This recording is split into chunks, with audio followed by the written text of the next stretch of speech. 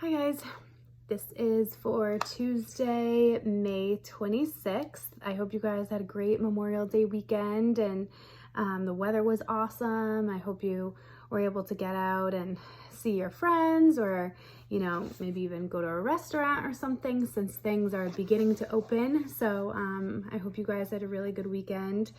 I just am going to, quickly go over your lesson and activities for this week. This week is week 11 for your distance learning. You're going to be reading a short story called Rules of the Game by Amy Tan. It's a very popular short story. You might even read it again when you get into high school. So it's good that you're getting some exposure to it now. Amy Tan is a very popular author. We may have read something by her in our literature books this year, but I'm not sure. I think Fish Cheeks. We read Fish Cheeks, if you guys remember that story. She writes a lot about her growing up and her as a teenager, so her stories are pretty relatable. All right, so yesterday was Memorial Day, right? Monday, so you didn't have any work to do, so we'll start on Tuesday. Tuesday, you're completing your journal, right? So this is just a personal narrative just to kind of get your brains warmed up for the topic of the story. So you're going to discuss a time when your parents wanted you to do something you did not want to do. So I'm sure you have many examples can come to your head. It should be, as usual, 8 to 10 sentences long, and it should be written as a narrative. So try to use, the strongest language possible, whether it be, figurative language or sensory language. Make sure you describe in detail what it was and then how you reacted to that. So that's on Tuesday. As well as on Tuesday is your pre-reading vocabulary, right? It's so important to review these words and kind of go over the definitions for these words before you read the story. That way, when you get to them in the story, you'll be able to understand them better and understand the context of, what's going on. So that's on Tuesday as well.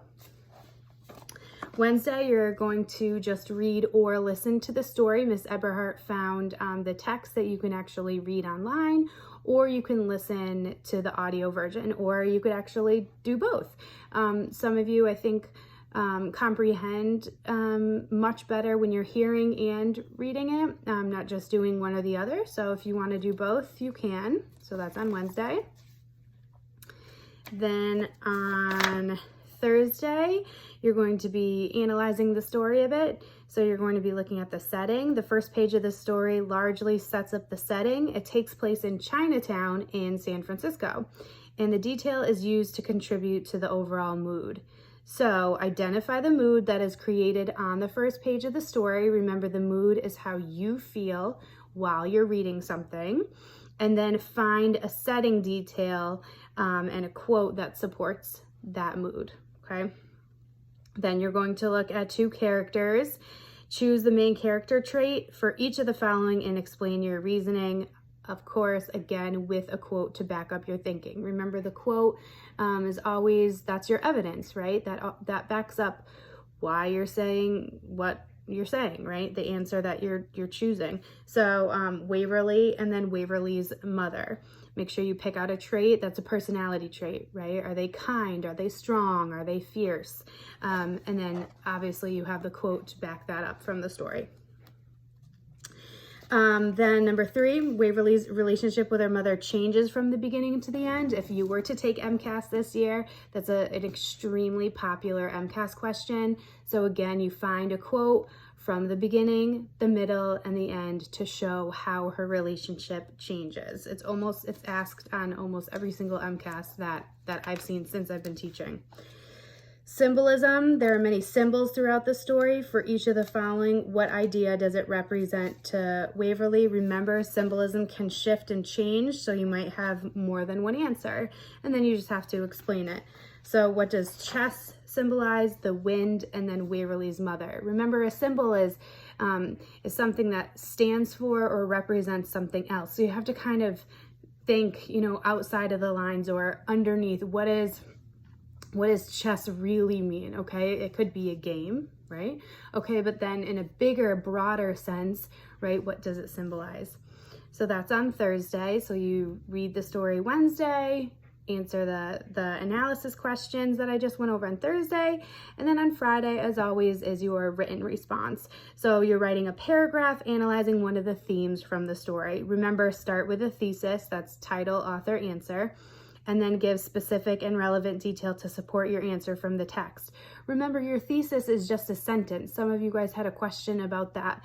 So, you know, for example, your thesis would be, in the story, Rules of the Game by Amy Tan, the theme of, and your choices are, manipulation leads to unhappy relationships.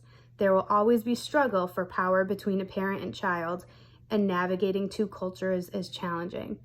So you would pick one of those and then describe it in the rest of your paragraph, being 8 to 12 sentences long. Remember, finding evidence from the text to back it up. Okay, so that's all a thesis sentence is. I think one or two of you might have had a question about that. So again, thesis is title, author, answer. So according to the short story Rules of the Game by Amy Tan, the overall theme of the story is, and then you pick one of those and then explain it. That's about it. I will be having a Google Meet this week. I'm not sure when, because I have a bunch of other meetings that I have to attend to as well this week. So I'll have to get back to you guys with a time for that. But I will be having one Google Meet, and then I'll be doing another video. And again, because I'm posting this video on Tuesday, I'll be posting another video on Friday. Okay, and all your work, remember, is due by Friday anyway. So if I post it in the morning going over some of the answers, you'll still have time to finish up your work and then send it on over to me. All right. Hope you guys have a good week. And remember, I'm available on Remind and email if you have any questions. All right, bye guys.